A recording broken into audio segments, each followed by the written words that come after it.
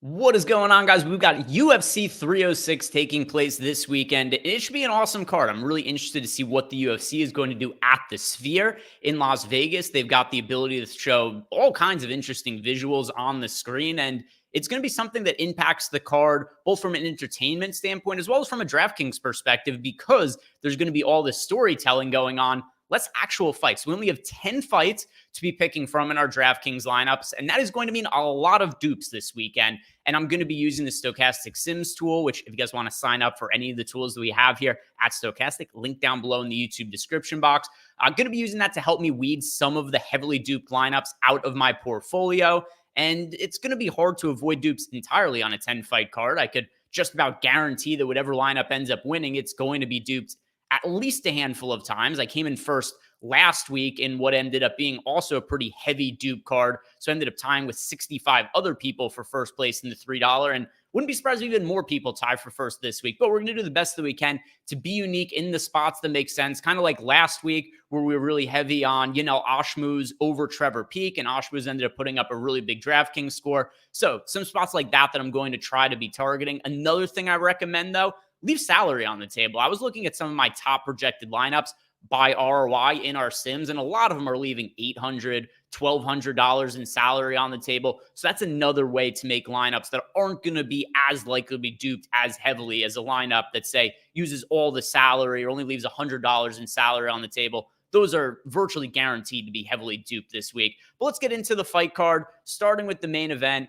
Sugar Sean O'Malley taking on Merab Dvalishvili, and great fight to be targeting. This as well as the co-main event. We've got two title fights, both of them going to be 5-round fights, and I've got them in just about all, if not all, of the lineups that I've built so far. So you guys could see here, Merab, I am a little bit heavier on him than I am on O'Malley, which is also a little bit different than what the field is doing. Currently in our ownership projections, we have Sugar Sean O'Malley projected for 50% ownership, and then Merab projected for 43% ownership. There's also been a lot of line movement towards Sean O'Malley. The line opened with Merab around a minus 180 favorite, and then O'Malley was plus money on the other side. And now the line is completely flipped, where O'Malley is anywhere from like a minus 130 to minus 140 favorite.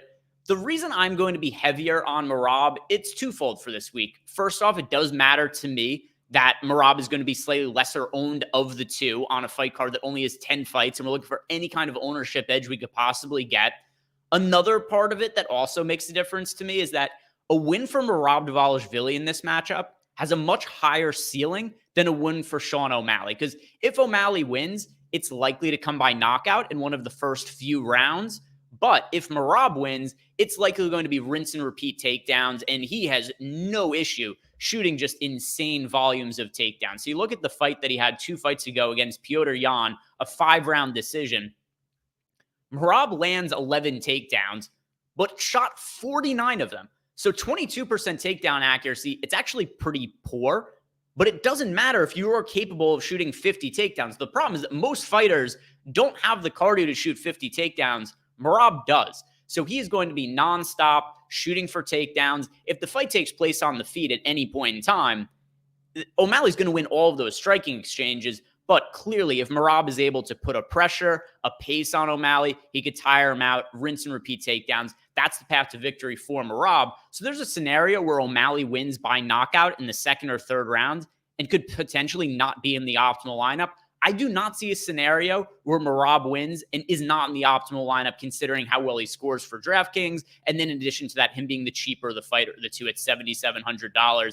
As far as the fight actually is going to play out, it's like I said, I think it's either Merab by decision, maybe late finish if he's able to really tire out O'Malley, or it's O'Malley by knockout. I don't really see a scenario where this fight goes to decision and O'Malley ends up winning, just because the pace and output of Merab is so ridiculously high. So I'm going to be picking Merab to win, but it's to me really a 50-50 fight. I don't have a strong lean on the winner, and that's where I'm going to side a little bit more with Merab, who's going to be lesser owned, he's cheaper, and is a higher DraftKings ceiling. Co-main event, Alexa Grasso taking on Valentina Shevchenko, and my 2 most rostered fighters on the card are Alexa Grasso and Merab Dvalishvili. And if you look at Alexa Grasso, she's $8,300, Shevchenko on the other side, $7,900. And I don't want to completely write off Shevchenko because we've seen these two fight. This is now going to be the third time that they've matched up against each other. The first fight, Valentina appears to be on her way to winning. She was up, in my opinion, was going to be up 3-1 on the scorecard in the matchup against Alexa Grasso the first time they fought. And what happens? Grappling exchange, Alexa Grasso takes the back and then ends up choking out Valentina. It happened so quickly and kind of came out of nowhere. Then in the rematch, it is also pretty competitive, but Valentina, to me, wins 3-2 on the judges' scorecard. But because one judge inexplicably ended up scoring the final round, a 10-8 round in favor of Alexa Grasso, we end up getting a split decision draw. And as a result, Alexa Grasso retains the belt. Now I've got a trilogy fight where the matchup is 1 win for Alexa Grasso and 1 draw between them. Here's the issue I have, though.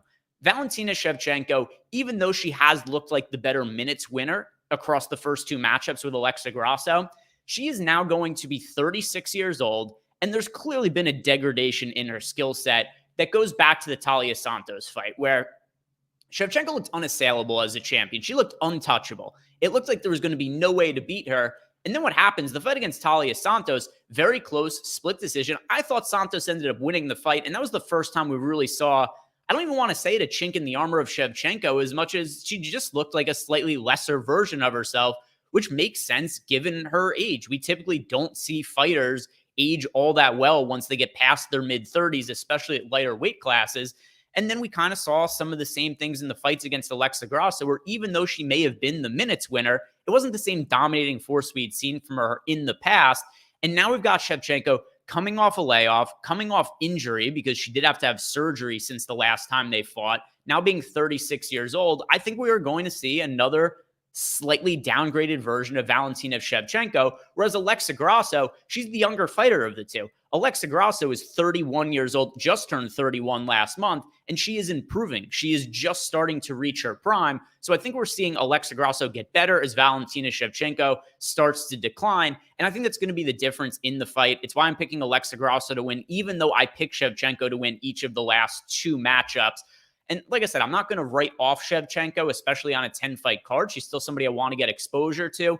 But I am going to be overweight to the field on Alexa Grasso. She is going to be either my most or second most rostered fighter between her and Merab. And then I'll be a little bit underweight to the field on Valentina Shevchenko. So if you're just playing one lineup, I do recommend Alexa Grasso as the side to go with. And if you're playing a portfolio of a bunch of lineups, I think it makes sense to have more exposure to the younger fighter in Alexa Grasso than it does to Valentina Shevchenko. Getting into what should be another banger of a fight, Brian Ortega taking on Diego Lopez. Second time these two were scheduled to fight against each other. A couple months ago, we had the fight where they were the co-main event for, it was UFC 300, if I'm not mistaken. And, UFC 303, the Pereira Prochazka 2 card. And we saw, first off, a really brutal weight cut for Brian Ortega. He wasn't able to make weight. They had to make it a catch weight fight because of weigh-in issues. And the next day, Brian Ortega gets sick, which I assume was due to some of those weight cutting issues. He pulls out. Dan Ige steps in on like 2 hours notice. Diego Lopez wins. But it was kind of a lackluster fight compared to what I thought we could have gotten in the initial Ortega-Lopez matchup. But kind of to be expected too. Diego Lopez, he won the fight. It wasn't the most impressive showing we've ever seen from him, but you kind of got to give him a pass. He was booked at like 3 different weight classes for that fight and then ends up fighting an entirely new opponent on just a couple hours' notice. So this fight against Brian Ortega, I think it is going to be a banger. Both of these two fighters fight at really high paces. They're both tremendous finishers. The biggest red flag I have going into this fight is what is the form going to look like of Brian Ortega? He made weight today, didn't seem to have an issue with it, but he has indicated that he wants to move up to 155 pounds. He'd actually said that before the last time he was booked to fight Diego Lopez. Ortega didn't look to be in the best condition on the scales. Like, he looked like he was somebody who was looking to move up to a higher weight class. Like, he looked like he was carrying more fat on his body than we've seen in the past, which it's not necessarily the end-all, be-all, other than I don't think this is the ideal weight class for Brian Ortega anymore, whereas this is clearly the ideal weight class for Diego Lopez. And Lopez, despite that, is still the bigger fighter of the two. He just has an easier time making weight. I mean, you look at Diego Lopez, 3 inches taller, 3-inch reach advantage as well. And then just physically, he's going to be the thicker and bigger athlete of the two. And then Diego Lopez also, he seemingly gets considerably better each time he fights, other than like the weirdness of the Dan Ige fight aside. Diego Lopez made his UFC debut fighting Mosfar Evloev on, I think it was like 4 or 5 days notice. And then even though Evloev ends up winning the fight, it was a fight of the night. Lopez was very live to end up winning that. And then since then, we see him win by first round finish over Gavin Tucker, first round finish over Pat Sabatini, first round finish over Sadiq Youssef, and then the decision win over Dan Ige. But we've seen from Diego Lopez the ability to wrestle, the ability to grapple, the ability to strike, big power, big time finisher. So I've really liked the improvements we've seen out of Diego Lopez. I'm picking him to win. I'm going to have more exposure to him. Brian Ortega, one thing that is going to at least get him into some of my lineups is he's not expected to be all that popular. We've got Brian Ortega now projected for just 23% ownership. So that is a mark I want to be overweight to. But then I also want to be overweight to the 35% projected ownership that we have on Diego Lopez. So Lopez, Ortega, I think it's another really strong fight to be targeting for UFC 306. I'm going to be heavier on the Diego Lopez side, though. Daniel Zellhuber taking on Esteban Rebovich. And two fighters that I'm pretty impressed by, but I think this is a good matchup on paper for Daniel Zellhuber just because he is so much bigger than Rebovich and is going to hold a massive reach advantage. Like, look at this. 77-inch reach for Zellhuber, 69-inch reach for Esteban Rebovich. An 8-inch reach disparity, that's going to make it close for very difficult for Rebovich to get in close, close the distance, and do damage to Daniel Zellhuber, who really uses his range extremely well and is also somebody who's been improving in the striking since coming into the UFC. He looked really impressive on the Contender Series in a win over Lucas Almeida. A lot of people were really high on him as a prospect. He was a massive favorite in his UFC debut against Trey Ogden, where he kind of shit the bed. He didn't live up to the hype that he went into the Contender Series with, but then he rebounded, looked good against Lando Venata, nearly had him finished in the early rounds. Then he follows it up with a submission win over Christos Giagos. Then he has another really high output win over Francisco Prado, where he lands 120 significant strikes. And then you look at the matchup against Esteban Rebovich, and Rebovich keeps a pretty high pace as well, landing 6.2 significant strikes per minute. So I think Rebovich is going to be aggressive, but I think the size and the reach difference that Zellhuber is going to be favored in is going to be too much for Rebovich to overcome. So I'm picking Zellhuber to win. I'm going to pick him to win by decision. And just because of the potential output, he's somebody that I want to be overweight to the field to, especially because on the high end, he's only projected for 27% ownership. What most of the field is doing, and we'll talk about him in a little bit, is paying up for Raul Rosas Jr., which I totally understand. But Rosas is $9,700. He's projected for north of 40% ownership. There aren't that many underdogs I love for the card. It's making it hard for me personally to get all the way up to Rosas. So trying to find some slightly cheaper fighters to pay up for that don't carry the same ownership like a Zellhuber, I think it's a good way to differentiate some lineup. So I'll be going overweight to Zellhuber on this card. One of my favorite ways to get a little bit different in GPPs. Ronaldo Rodriguez taking on Ode Osborne, and I don't really agree with the betting line here. We currently have Rodriguez consensus anywhere from like minus 145 to minus 155 as a favorite. And I actually think Ode Osborne should be the slight favorite of the two. If you look at Ronaldo Rodriguez, just hasn't been much output from him. He only lands 2 significant strikes per minute while absorbing 3.56. So he's got a negative striking differential, as does Ode Osborne on the other side. But Osborne has fought the higher levels of competition. And then also, Rodriguez doesn't really wrestle all that much. He lands 1.2 takedowns per 15 minutes. Doesn't defend takedowns all that well, 63% takedown defense.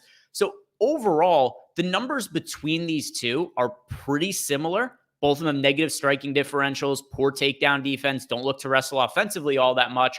But there's a little bit higher of output from Ode Osborne, who lands 3.46 significant strikes to 2 significant strikes for Ronaldo Rodriguez. And also, like I said, Osborne's fought the higher level of competition between the two. If you look at Ronaldo Rodriguez, the 2 fights that he's had so far, he fought Jerome Rivera on the Contender Series. Jerome Rivera is not a UFC caliber fighter, and Ronaldo Rodriguez, he lost that fight.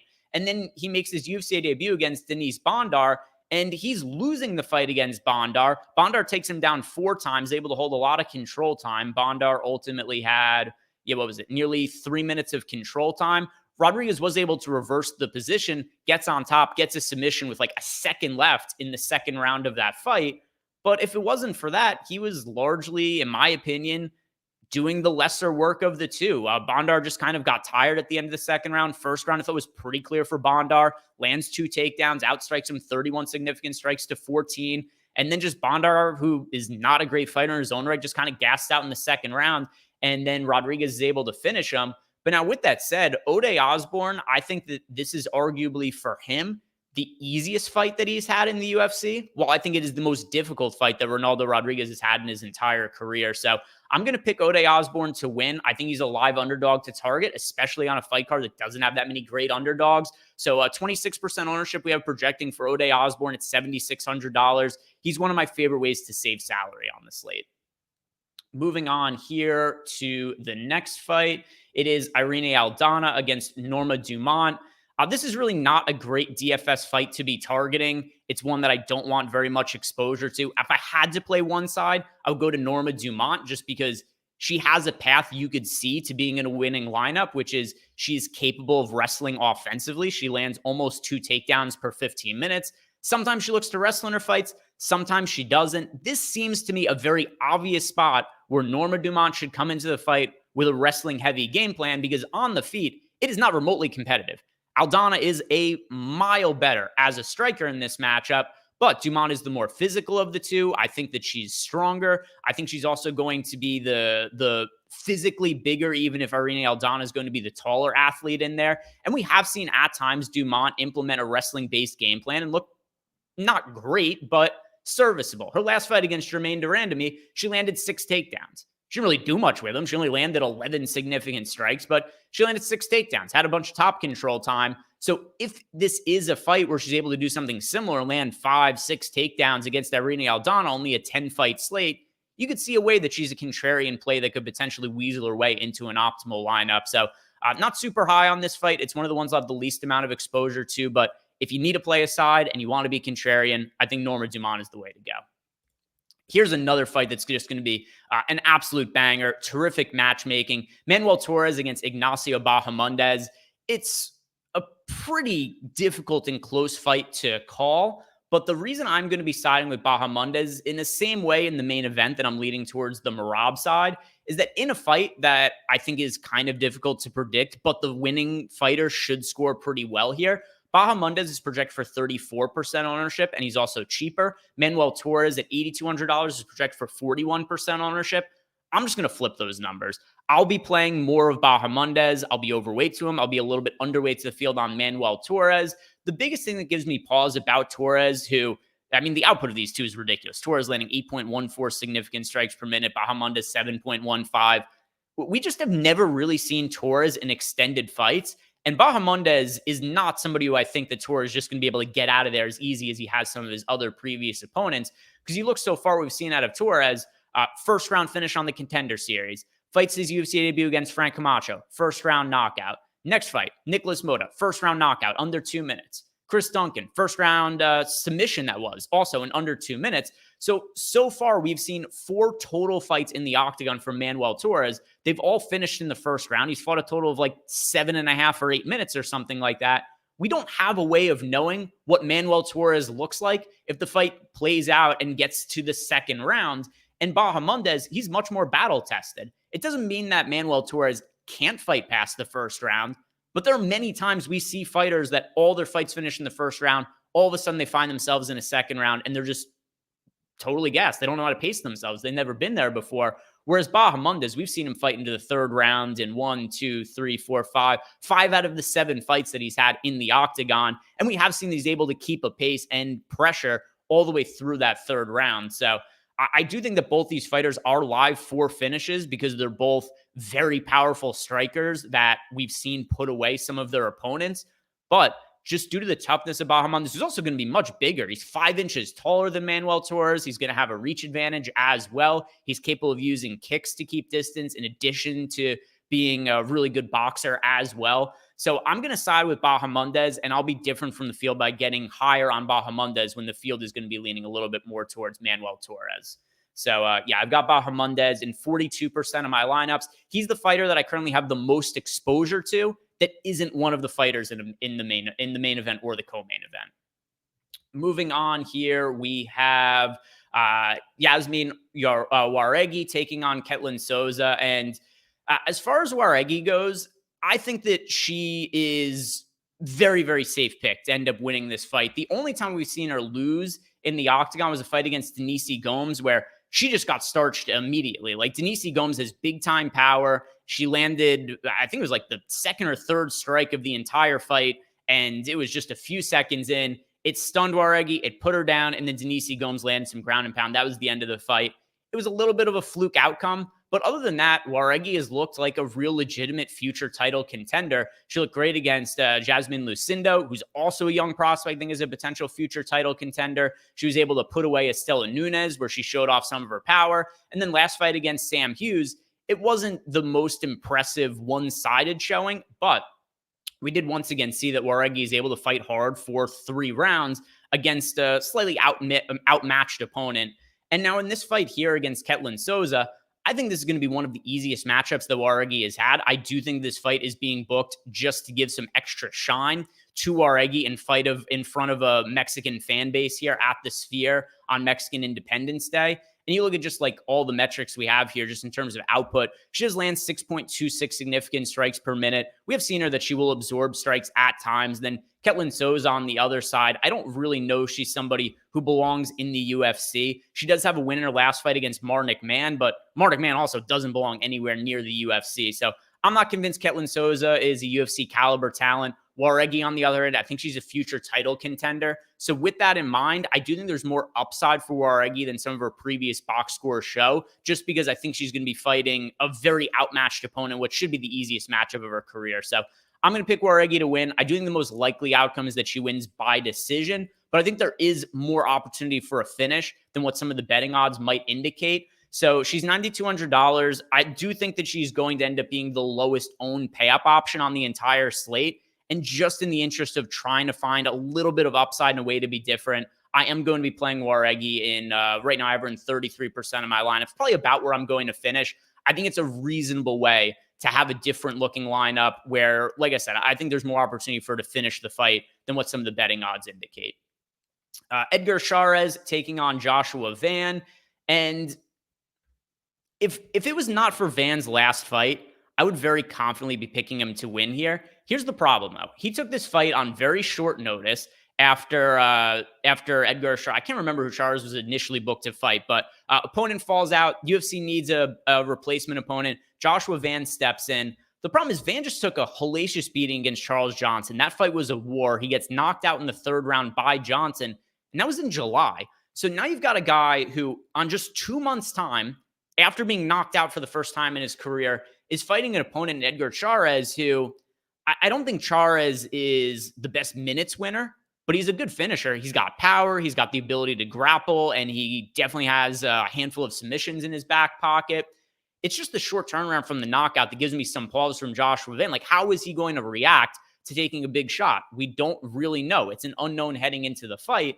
So this is where I think Joshua Van is more likely to win. He's the better fighter. He's definitely the better striker of the two, way more output on his side as well. And while Edgar Charr is a very good grappler, he's not a great wrestler. So it's hard to see a scenario where he's easily able to get the fight to the ground. But it's just a scenario where we have a low-owned Edgar Charr. He's projected for, I think it's about 15 or 16% ownership.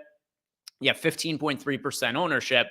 Just the chance here that Joshua Van is coming back too quickly from being knocked out a couple of months ago, I think it opens up the possibility for the same thing to happen again here with Edgar Charr. So I do think that Joshua Van by decision is the most likely outcome here. Maybe Van also wins by late knockout, but some of that variance coming into play and also just the lack of cheap options that I think have a ceiling, I'm going to be heavier on the Edgar Charr side, playing him in 30% of my lineup, which has me about double the field on him. And now moving on to the first fight of the card, Raul Rosas Jr. taking on Orochi Lang. This is a matchup the UFC, they know what they're doing here. They're trying to get Rosas a win, trying to get him extra shine. Big fight card at the Sphere, front of a big Mexican crowd. Kind of the same thing they're doing with Jauregui here. But then also just look at some of the data here in terms of the matchup to see why it is the UFC gave Rosas this opponent. Orochi Lang only defends takedowns at a 58% clip. We've all watched Raul Rosas fight. We know what he wants to do. He wants to get takedowns. He wants to look to grapple, and he wants to do it as soon as the fight starts. He lands 4.39 takedowns per 15 minutes. We have not seen a ton of striking out of Rosas. He only lands 1.12 significant strikes per minute. We did see him look to strike against Terrence Mitchell, but Mitchell offers no real significant threat on the feet. You know, like last fight against Ricky Turcios, we saw Rosas get back to his normal game plan, only lands 3 significant strikes, but 4 takedowns for getting the second round finish in that fight. And I think we're going to see a similar matchup here against Orochi Lang, where I don't think Orochi Lang is going to be able to defend the takedowns. He hasn't historically in his career, only defends them at a 58% clip. It's a tailor-made matchup for Rosas to win. To me, though, the decision, because we're all going to pick Rosas to win. Like, it's not this, it's UFC, small gloves, anything can end up happening. So I'm not going to say there's a 0% chance Orochi Lang wins, but I think we are all going to say the most likely outcome here is Rosas wins, and overwhelmingly, that's the most likely outcome. But he's $9,700. He's projected for over 40% ownership. In the interest of trying to differentiate my lineups on a 10-card slate, I'm going to be underweight to the field on Rosas, because even if he wins at $9,700, there's a bunch of hurdles for him to clear to be in the optimal lineup. He has to outscore the other high-scoring fighters. You also need some underdogs to end up coming through and winning because he's $9,700, so you're going to need salary savings somewhere. And that's where I think there's a lot of obstacles for Rosas to clear in order to be in the optimal lineup. And even then, with the weak wrestling and grappling defense of Orochi Lang, you could see Rosas get a first-round finish where he lands 1 takedown, gets a minute and a half, 2 minutes of control time, gets a submission, scores like 102 fantasy points, and that just wouldn't be enough at $9,700. So I think that Rosas is overowned considering the outlook of the slate and the lack of underdogs to really feel confident in. So even though I'm picking him to win and picking him to win by finish, I'm going to be underweight to the field on Raul Rosas Jr., and I'll look to build my lineups a little bit differently to try to get myself a little bit unique where I don't have like a million dupes of everybody else on the card. So that's going to do it for us here at UFC 306. If you guys do want to sign up for any of the packages we have here at Stokastic, link down below in the YouTube description box. Also, offer over at Fliff. If you guys haven't checked out Fliff, they've got a great free square there. It's over 0.5 significant strikes for Sugar Sean O'Malley. All you need him to do is land 1 strike, and that is going to end up being a winning bet over there. If you guys haven't signed up, you could sign up with the promo code Stokastic for a 100% deposit match bonus. Link for that down below in the YouTube description box. But other than that, guys, thank you very much for watching. If you haven't done yet, like the video, subscribe to the YouTube channel. Good luck, and see you back here next week.